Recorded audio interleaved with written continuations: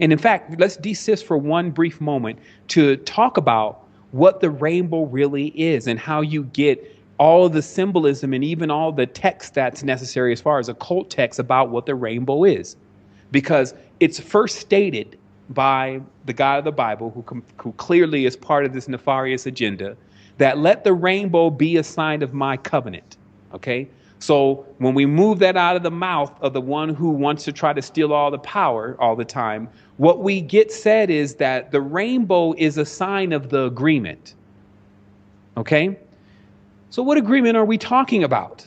And sure enough, if we keep digging or even meditating, we'll find that every single aspect of the body, mainly the primary organs and the primary fluids, the primary glands, they all move in a certain number sequence, but they are drastically different from one another. But what they've done is they've somehow come into a synergy, which by definition means it's no longer what it was before, but it has become a collaboration of everything that was involved in order to create something better. So there's a synergy that takes place in order to create something that's greater. So what the rainbow is the rainbow is a sign of those colors, which cover the entire spectrum, coming together to become something greater. So this is the first thing. And watch, we'll show with with the symbol of the rainbow, we find the truth. Now, also, when there's a transition between one color and another color, it doesn't just start. There's a fusion of those two colors that go on like a monitor. It's got millions of these fusions of colors and different shades of purple until it finally transcends into the next color. Those are the marriages. Those are the blending that goes on in order to create a bridge between one absolute, I'm red, and another absolute, I'm orange. And then we get this fusion of colors. So when we play that out in the physical realm, because as above, so below, what we find is, well, what is the whole purpose of this agreement? And this is what one just says when they're in the meditation about this whole thing. Well, what is the purpose of this agreement? It's to build a bridge. And sure enough, we find that the same design of the rainbow is actually the same design that most bridges are built in. Yeah. And it's for a reason. And they even call it Rainbow Bridge. But what are we talking about? A bridge to what? Well, it's a bridge from the world of the living to the world of the hereafter, which we need to stop calling the realm of the dead. And when that rainbow bridge is broken, now there's no connection between those two worlds. And that's also in the Norse mythology about them breaking the bridge, right? Mm-hmm. So then when you go on, what you find out is that we were responsible for keeping the connection between us and our ancestors. Now, I used to get confused about this, especially when I started. I was throwing the baby out with the bathwater. But to understand and connect with one's ancestors is no different than you connecting with your great grandma. And if you're not into doing that, it's because you've been brainwashed. If you won't take care of your parents when they're dead, if you won't go and visit your grandma when she's old, it's because you're out of balance. You're not even like what all of us used to be, because we knew what are we doing? We're making this connection between the realm of the living and the realm of the hereafter, so that way we can have immortality. True immortality, which is actually being conscious of your living. See, immortality is guaranteed for every being, but the definition of immortality actually means that you're conscious through the entire process. So that got a little confusing for me in the meditation. So I asked for a deeper explanation. And it says, okay, well, let's erase it all right now. And then let's just talk about your memories. Now, your memory. If you don't have memory, what do you have?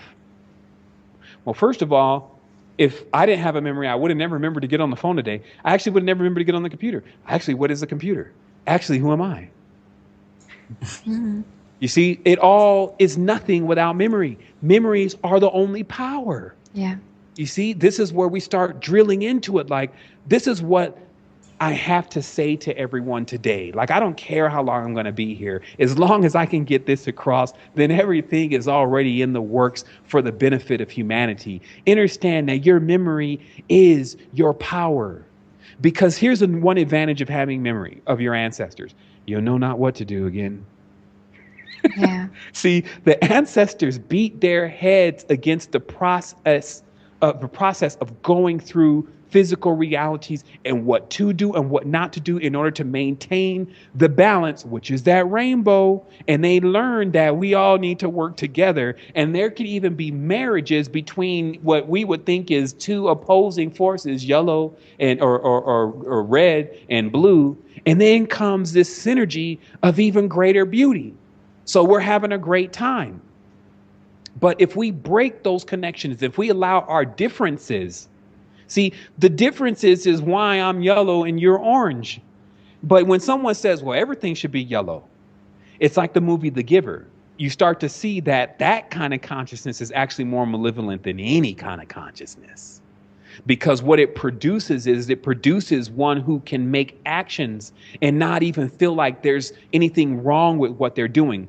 Case in point, when the Muslims wanted to exterminate the Hindus, they did it in the worst ways, cutting people open, bellies, mothers, raping, the whole nine. But somehow that felt okay because, after all, these people were different and they weren't like them. So that gave them the feeling inside that they could do that. That's what happens when we start to disrespect the differences. Now, remember, I'm not talking about evil, because I found my message constantly being disturbed by evil attempting to assert that, yes, that also means evil too. We must come into balance with evil. No. Evil, you're in your own distorted world. You're not darkness. You're not the deep, dark purple. You're not blue, black. You see what I mean?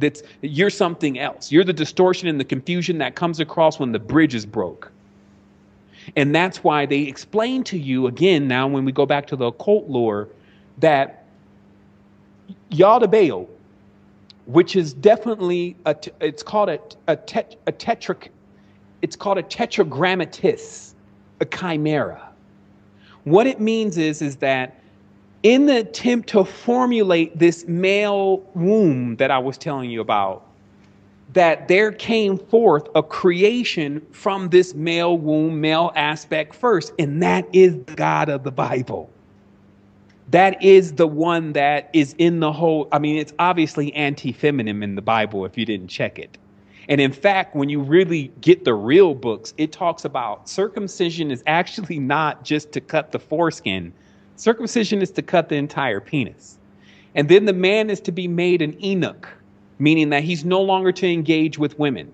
Same thing with the Knights Templar. In their oaths of monkhood, and in most oaths of monkhood, by the way, you are never to engage with a woman again. The Knights Templar even went one more step. You couldn't kiss your mother or your sister. So what we're seeing is clearly what I'm explaining, that something is back there attempting to sever the two forces. Woman is then seen as negative and corruptible. Man is then seen as some type of even space being from the light and the sun god. You see what I mean? And then they got us over here believing in all this stuff and destroying ourselves through our beliefs. If there was anything truly right about it, I wouldn't even be on the phone today. I would be having a great time in our balanced world with our bridge. And then I would be connecting to my ancestors for thousands of years ago and not acting like I'm totally disassociated with them.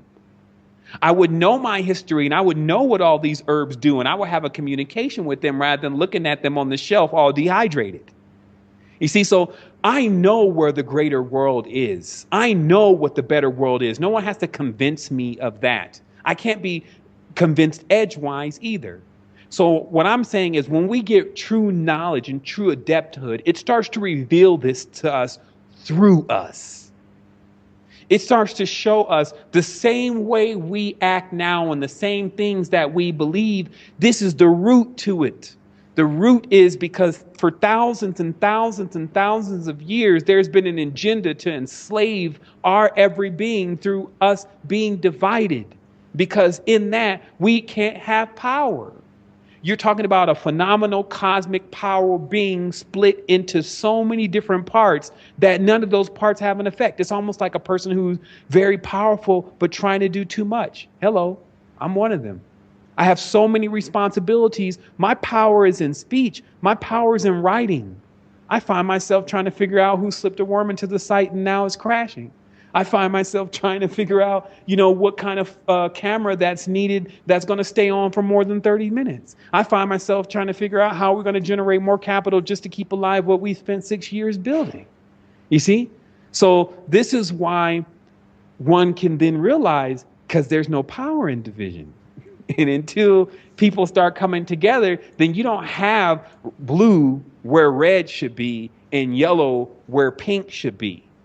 Everyone is at their stations and what they enjoy. And in the event, and this is what true, let's say we'll use the word magic today is, in the event that you're ready to make a transfer, then you already know what the diametric opposition of what you need to blend with in order to cause that transfer. Meaning, if you decide, well, now I want to go experience X, it's in the herb.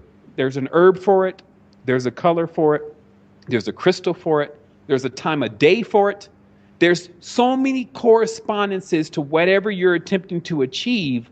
Then it means that you're truly limitless. That's what this was. So don't let also these people convince you that Earth has always been a prison system. It wasn't built and designed that way. Yeah. What happened was the greed and the jealousy and the envy of the differences.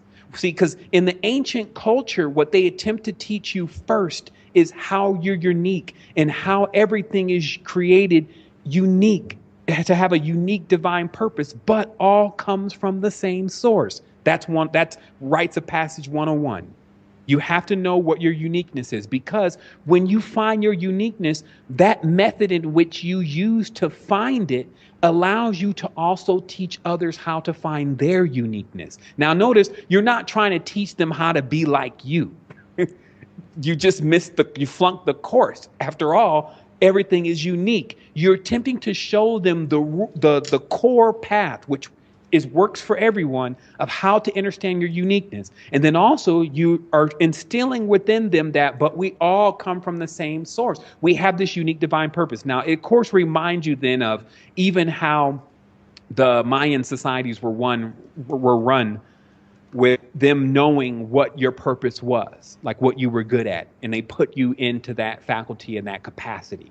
Blue snake lightning, he's good at climbing trees and bringing in these fruits, and then also generating energy of this special kind of force. You see, so each person has their unique ID. And this is each person then, because now we have to get real with this. Each person then being in themselves a part of the chain that is expanding across the abyss, that is allowing us not to fall in it. See, right now we're falling in the abyss. Our bridge is broken. So the uniqueness that made us all great is now actually becoming our Achilles heel, the more that we're taught that we should all be the same way. You see? So this is really important pointers today, because it gives some demarcations between, like I said, what is true uniqueness, what is evil versus darkness, what are these different components? Because if we don't know these and we take it for granted, then we're led astray. And there is enough of these entities, because remember what you're dealing with, and I'll rewind for one moment here. What you're dealing with in the Egyptian Book of the Dead is actually the instructions on how to maintain immortal on the physical plane. That's what the book was written for. And these people are not playing. We play. They don't play. This wasn't just fanciful for them. They figured out something. So why do you think it was so important, the Rosetta Stone, for the controllers that we're dealing with today? Because they didn't know what those prayers said. So they didn't know the method or the formula or the ingredient or the recipe to immortality. Now that they know it, they emulate that all the time. They take the pyramids, they got the stuff down at the Louvre, all in their secret society. They got all Anubis there. They got the entire Egyptian Book of the Dead consistently on display that no one understands except for those who crack the script to know what the script means. Mm-hmm. And so thus they're deifying themselves. That's what they were counting down to. Well, we're going to, because this God that they're worshiping, which if you ever really understand this stuff, or if you ever even have the opportunity to speak with someone who is a sorcerer, they're very clear about this. Their God lives in the realm of Nod. Their God lives in the realm of the dead. Because if you look in the text, because Cain becomes the embodiment for the androgynon. That's why you always, the male androgynon that wanted a male womb that I was explaining earlier, that's code name Cain. Cain goes to the land of Nod. That's known as the astral plane or the realm of the dead or the realm of those that sleep. And the reason why it's called as such is because few, only the greatest adepts, can stay in the astral plane indefinitely. And even then, it breeds a certain level of madness. Why? Because it's not stable. See, the whole reason for us to be on Earth and why Earth is often associated with a tree and with roots, and you need roots, you need ground, is because you cannot just float off into the abyss indefinitely and expect to maintain any kind of memories. You can't anchor yourself. So they say that their God went into that realm and is maddened by that realm. So anytime that God is brought into this realm or evoked into this realm on those specific holidays, it comes ravaging, pillaging, and all distorted and just maniacal. There's even words. The words that mean the most craziest things are actually the words that come from the name of that entity. So we have to realize then that what we're dealing with is see, this word soter, S-O-T-E-R. This is the word that was originally used for when we said Savior, because we have to stop trying to sync English words back 2,000 years ago. You can keep it in the Greek perspective, but you can't cross it over into things like koinoform and into metuneter. And it's because that's where they cut everyone off from the knowledge. They remove the hieratic and demotic scripts, which are the scripts. Okay, I got to go back a little bit. So what happens is that the rise of this masculine distorted empire starts with Samaria. And it's because that's why the Sumerians are like the epitome of the matriarchal civilization empire, right? They even tell you that in history books. Oh, they started the first civilization. Now, everyone knows if you're wild, the last thing you want to do is be civil. And then you see in the Sumerian paintings them messing with the tree. That's the tree of life. That's the genetics. And you also see them with taming these beasts. Those are the aspects of the zodiacs, also known as the archons, that are the root to the organ systems and things of the physical bodies of all beings of flesh. So what you're witnessing, though, is because Tons Bruns, he proves this without a doubt. And that's why his books are like $150, right? He's got 2 books, and it's called Geometrica Egyptica, I believe, the geometry of Egypt.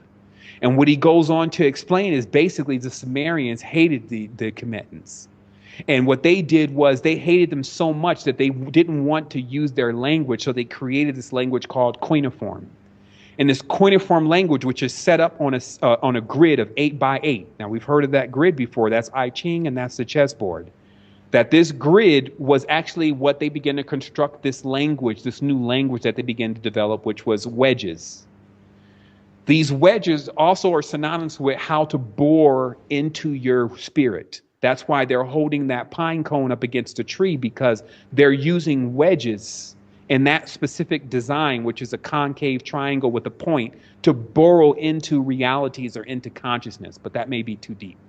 So just to keep it on the surface, all the language is doing is recording how many slaves they have, how many kings, the king's power. It records most of what we find in the matriarchal tradition of the Bible, the flood story, Gilgamesh. We find every single person, Upnefishtin, Noah. So it shows you that the patriarchal cult actually starts in Samaria, because the Sumerians were envious of the Kemetans and the knowledge of Ma'at and the great mother earth, blah, blah, blah, blah, blah. So they create the tradition. They kill Tiamat. Marduk kills Tiamat. So you're seeing the embodiment of the entire story that I'm explaining to you right now between two people, Sumerians and Kemetans. And those two groups today make up the opposite ends of that rainbow. And it seems like to me, though, because I'm not trying to demonize the Sumerians, because to say they were all evil is like saying that all the Kemetans were good. What has to happen is same thing that Dynamo Jack had said. You got to learn how to bring these forces together. And it seems like to me that these two forces, just from a aspect of studying history, are the embodiment of the logical and the spiritual. Because without those two components, one can go headlong into error. Meaning that even if you don't have that check and balance system and you're going with the flow, you're probably going to end up in a short period of time in the hands of some evil person. Meaning that you're like, okay, oh yeah, brother, whatever you want to do. Oh yeah, let's say that. Let's sing that. Oh, okay, yeah, let's go there. Okay, let's pray to this. Oh, that's what you want me to do? So if you're just with the flow, which is also a symbol of the divine feminine, if you're just with the flow and you don't have that, wait a minute, but why are we doing this? Which is the symbol of the logical masculine, like I need some instructions and I need to know where that came from. Then you can come off balance. You can put yourself into a situation that you're not prepared for. So now fast forwarding, see how I had to explain just the history of what was going on with these two back and forth superpowers. Is the word soter, which is where I left off, meant savior. Okay? So any character like what we call Jesus was known as a soter. But the interesting thing is when you really study this word, because it also means to deliver, the deliverance, safety, preservation, this is a soter. But the identity of a soter was always a demon, the spirit daemon of a cult. Like basically what it's saying is any tradition that came forth always had a focal point, something that they were trying to point everyone to. In Christianity, it's Jesus. In Islam, it's Muhammad. In Buddhism, it's Buddha. In every tradition, there is something that they try to point you to concentrate all of your power. Yeah. And that becomes known as a daemon. And that word does not necessarily mean something positive or something negative, just something you should observe. And because it gets life, because we give it life, that's why even in certain texts and scriptures it says, you gave me life. It says even that God breathed breath into other forms. Who's God if it isn't man and woman? We can breathe life into other things. It's even deeper than eidolons, which are like when we think about things really heavy and then an energetic form is created. This is different. This is devotion. This is worship. This is praise. This is honor. This is what they call the sevenfold spirit. The sevenfold spirit is all the things of the greatest character that you can emit from yourself to another. And that's why they call it a devotee. Because when you give all of those essences, which seem to also correspond with your seven organs, correspond with the seven fluids, the melatonin, serotonin, etc. When you give all of that into something else, it becomes animate because you've given it life, God. So this is what's happening. So the big play is that we push our power into something else. It becomes more powerful while we become weaker. And then the more power we push into that, the less power and connection we have with ourselves, which is our ancestral lineage. And then the less power we have to give to our ancestors. This is like some people always spend more time in these church and these temples than they ever spend at grandma's house, than they ever spend with granddad, ever. Yeah. Even with their own children, they spend more time in the church and praying and on their knees than they spend with their children. And it's because their power is being drained and diverted. But notice how, because I know you two are on to this, but notice how all of this is done without the slightest bit of realization that this is what's going on. Likewise, here's another deeper thing that we mentioned during the last conversation, but we can't neglect to mention it during this one. And it's that, so remember, this cult that we're talking about, which makes up these soters or daemons, It's a wand or torch that keeps being passed from one person to another. And this could be Constantine the Great. This could be the immortal Charlemagne. This could be Alexander the Great. Generally, whoever it is has the great behind their name, and they generally want to be served. This could be Jesus, the King of Kings. It could be any king or any lord. Generally, anyone who wants to take upon that title. Because in the ancient setting, if you were to become the leader of the tribe, first of all, generally there wasn't a leader. What there was elders. And you can't actually put elders in the same category as leaders, because we see leaders as like the guy who's triumphing with the sword and the king, and just all the ideology that they give us today, versus the role of what we would call leader back in the times, the elders, was to give you knowledge and wisdom, was to nourish you in times of trouble. You don't see that in these kings today. Never do you see, when you're stranded or in bad luck, any of these folks showing up to talk to you about anything. Yeah. No. So they can't be defined as actual elders. They're surrogates. They're sorcerers. They've usurped the power of most cultures and put themselves into that position, right? So we find that there's quite a few of them, but they all adhere to this one archetypical structure. It's a top-down structure like a pyramid.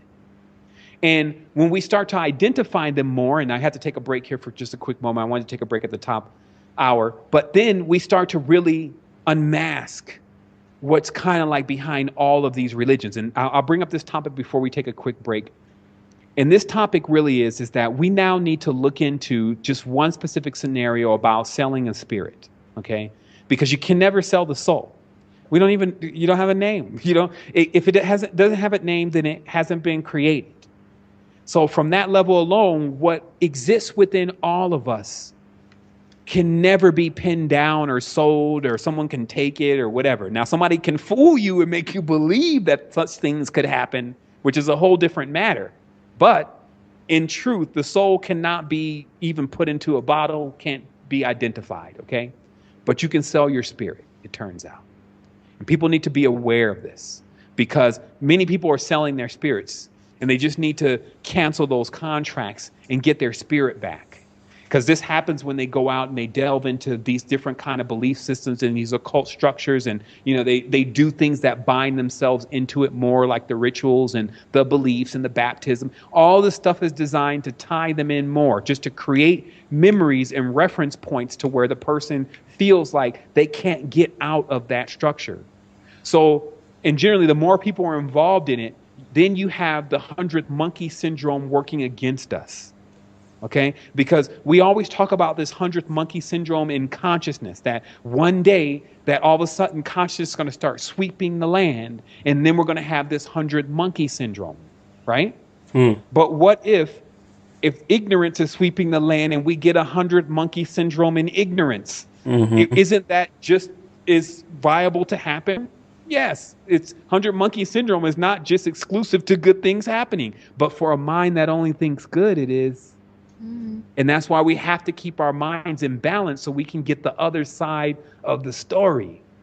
Because what the other side of the story shows us is that, okay, let me give you a brief synopsis. So Baphomet actually ended up becoming the symbol that they're using today to explain to you this off-balance, matriarchal, hermaphroditic freak. And the reason is that you understand it is because John the Baptist is actually also the embodiment of Baphomet. Okay, and this John the Baptist was also Oannes. Oannes was known to be the fish god male who came from the sea and was associated with the Sumerian pantheism. Remember, I told you a while ago, because he gets another name in the Sumerian, but I said a while ago that, remember in Sumerian drawings, you see the guy, he's standing up there with as a king, and he's got the fish on his back? That's Oannes. Wasn't that the guy that they said that came and taught them all their knowledge? But what kind of knowledge was he teaching? That was the cult right there. That's the cult of the Baptists, or the cult of the Baphomet, or the one who comes from that says he comes from the sea, right? He comes from this ocean. He's coming to baptize. So what you start seeing in the metamorphosis of this whole process is that the Knights Templar, one of the main portions of this cult is the relics. See, there's even an ancient saying that says that when we have the relics, we become more powerful. Our cities, meaning our powers, become greater.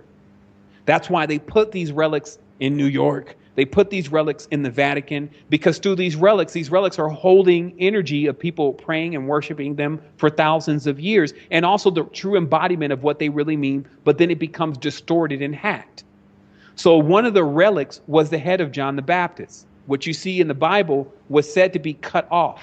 See, this was the king that lost his head to the cherubim. And they said that that head, which kind of gives us the mythology of the crystal skulls, had the ability to prophesy. And the reason is that any being that begins to take in a large amount of light, this is gnosis, their pineal gland and their hippocampus and hypothalamus begin to crystallize. It's like what we see in crystals today. So when you're gone, your head becomes like a crystal ball. And people can consult with your head. So sure enough, you find in ancient cultures, even all the way up until today, skulls being consulted for knowledge and information. But this one in specific that I'm talking about is the head of Oannes. Now, some say it's crypto. It's actually not a physical head. It's more of the phallus symbol. That's why supposedly Osiris, which is the entry of the dominant male culture into the Egyptian pantheon, doesn't have his genital principle. It's removed. It was cut off. So this is supposedly what they have, and that's why they show all this phallic symbolism around what they do. And in this, they consort with the entity behind the phallus. Okay, so again, it gets into a lot of the male distortion kind of things, which we'll just leave at that. So that was a part of the rites of joining into Knights Templar. So when we look at the Knights Templar, which are the embodiment of all secret societies today, think about it. If you study secret societies, anyone who studies them knows that they have their root in the Knights Templar. And who those Knights Templar were the same people that you see that were dominating territories and attempting to become rulers of everything. And they had stooped to sorcery, necromancy, dysurgy, and syzygy. You have to look up those words to understand what they mean. I don't have the time and space to actually explain them. But when they resorted to that, it's like, again, someone who would do anything for power. They had become under the persuasion of something that had already been cut off long time ago, meaning that this thing is just making a comeback. That's why we're experiencing so much turmoil in the world, because back in the day, me and you had already gotten rid of this thing, meaning we had already restored balance and killed the whole idea that there was going to be one that was greater than the other.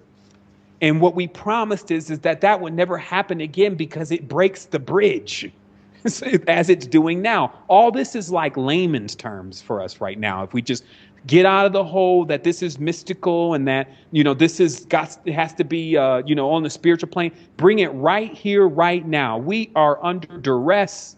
And we cannot live in this kind of frequency and reality. And no longer do we want to live with losing our memories, which is our power, because then we will be coming in here on training wheels every single time. And this thing, which is preserving itself lifetime after lifetime because it stole the knowledge from the book of the dead, will be so many far lengths ahead of us. It will keep whipping us around with stories that we can get into and just dissect and still never get us any further than where we started, like what's happening today in the conscious community with their most prevalent topics that still have nothing to do with spirituality, but have to do with things that people are doing and creating right now in the world, like the politics and the government.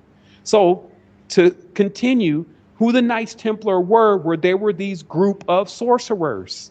And what they call hermetics. As way they say, it's the hermetic system of the Golden Dawn. It's not the alchemical system of the Golden Dawn, because those who were hermetics, and this is not saying anything bad to one who studies hermetics under the guise that it's alchemy, because I was one of those people. I thought that hermeticism was the being a hermit and being by yourself, basically, and studying knowledge and not letting the world get to you. It turns out that it's not. It's actually consecrated to Herne, the hunter, or Holy Hermes. And when you check the ID of this character, it's Baphomet. That's why in Baphomet's picture, he's holding the rod of Hermes in his lap. Go look at it. Because it's telling you that we have this knowledge of everything about you, your positive side, your negative side, your central side, and that egg on top that we want to eat. It's showing you in their symbolism that they want to dominate us, that they want to take our power and our freedom away. But how can they do such things? Well, we're not talking about a dummy. See, that's the other problem, is people think that these beings are ignorant, but we're not. We're functioning on 20 years, 30 years, 40 years of memory. They have all the ancient records. So who's going to be the dummy until we rebuild the bridge? So what happens is that what they did was they devised a system that no one would ever know was actually a system that removes their spirit. And we're going to talk about that system right now.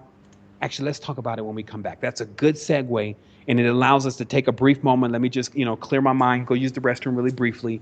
And then when I come forward, I'm going to finish off in this conversation today. We're going to answer the questions that need to be answered, but with really the greatest revelation, if you may, of the moment of understanding these Knights Templar and their religion, and also what exactly they were doing that has got us so binded at this point.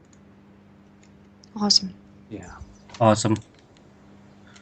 And also how to get out, because knowing is half the battle. Remember, I don't talk about any of this stuff if there's not something in this that's going to allow us to break free. Because other than that, it just goes into the category of, hey, that's just poison. It seems to not have a cure bundled with it. What I'm going to reveal is to let people understand exactly what's going on so they can't be fooled. And then it's a simple mind change. Like what you'll notice is that I'm going to mention some things that have been done that have a cause and effect to them. And it makes us feel low, and it makes us feel in debt, and it makes us feel like we owe somebody something. But that's a system that has been put in place that the moment that we reveal the fallacy behind that and the falsehood in it, then it dissolves there. There's nothing to go and fill out. There's nothing to change about your name and none of that crazy stuff that people have going on right now, because the transitions are made first on the spiritual plane, not in the physical. So the moment that you sin from your mind, which is the closest to the spirit, when you sin from your mind, the confirmation of what you're about and what you know, then those changes begin to be made. So let's take about 5 minutes here, 10 minutes. And then when we come forward, I really want to drill into this. And I also want to say thanks for those that are listening. And then I, of course, want to say thanks to Christina and Stefan, for bringing this back around so that we can, reveal this to people, because, this stuff is like going through a minefield with 100 people behind you. Because you're walking over history, and then also you're also walking over some very uncomfortable parts of history. And that's, of course, and not to keep another conversation going on, so another thing people need to know is that the thalamus is what's really responsible for what we actually see. It can tune out what we call the spiritual world, because we don't like to see those figures that are in the spiritual world. Like when you see someone down and out and on downtown drinking and drugging, and you're just looking at them, what else do you think is going on around them on the spiritual plane? You can only imagine, right? But back in the day, we could see it. And the whole goal of us being able to see it was to get rid of it, because we weren't sorcerers. You see, we didn't need something from him. See, people leave the people there because they're like, oh, shit, surely he can't give me anything, so I'm out of here. We don't care that he's being tormented by something that's out of our visual spectrum. But when you have the compassion, that's like, oh, the passion of Christ. They like to try to mix it in, but it's really when you have that compassion, your kundalini is open. And when your kundalini is open, you can see those entities. And when you see those entities, then you put those entities in place, and then that man is truly free. But until then, he remains binded by his own vices and his own minions, decisions and choices that he made, and light has not come to him. But see, that's the bridge. That's why even in the highest level of initiation, the book is called The Bridge to the Light, because what it's trying to emulate is the statement that we bring light to the darkness. We toil in the field. The man, mainly as the gardener, his creation was in the physical plane to reap the burden of the physical plane. That's why he was made physically stronger, so the woman could keep up the spiritual plane, right? So the man's strength and physical strength is for him to be able to confront those entities that are still needing to be planted again and still need to be nourished again. See, this is not just about kicking some ass. This is about in destroying or killing something. This is about becoming a man and becoming a woman and being an adept. That's what this whole growth process is. And I wouldn't doubt for one moment that all of this stuff that I just talked about is happening just so we can do that. I wouldn't put it past the universe, because what I saw was so intelligent. I could not and I cannot believe that it's making a mistake. Yeah. You see, like it's not possible. And even within our own existence, we can start, when you start to feel yourself, you start to realize that, wait a minute, this is hypersentience. So could it possibly be that I'm interpreting things the wrong way? That all of this stuff is actually happening so that I can wake up. And what I'm waking up to, and I'll explain people the simple process, and I get into it a lot deeper in semester 2. But when we are planted here by ourselves, the process is done so that way we can keep the generation of perpetual energy in the system. The cosmos is a perpetual system. So we send a seed. When we send a seed, when the seed makes impact, it takes on the mark. The mark is our frequency, our tone, our vibration, or what you would call your name. That remains hidden for a while, meaning you don't have the identity of who you really are yet. And then as you grow up, as long as you grow up with the right fermentations and all the right crucible nature and the pressure and all of the stuff that's needed in this planet. Think about it. We got atmospheres, we got pressurization, we got oxygen, we got syzygy, we got synergy, we got all these different things going on just to create the right environment for our growth or our decay. Because behold, I saw the ladder coming up and down. I didn't see the ladder just going one way. See, that's the person that just wants to be good. They're like, well, the ladder's only going up. No, the ladder's going down. And the reason why you need that is you need to know you can mess this up. You can, by sitting on your couch all day or talking about people all day or not thinking that this is serious, totally put yourself into the position of disadvantage to where you're going to need the light to come to you in a while. But while you're in this position to actually begin to shine on your own, you've grown up to that level, take it all the way.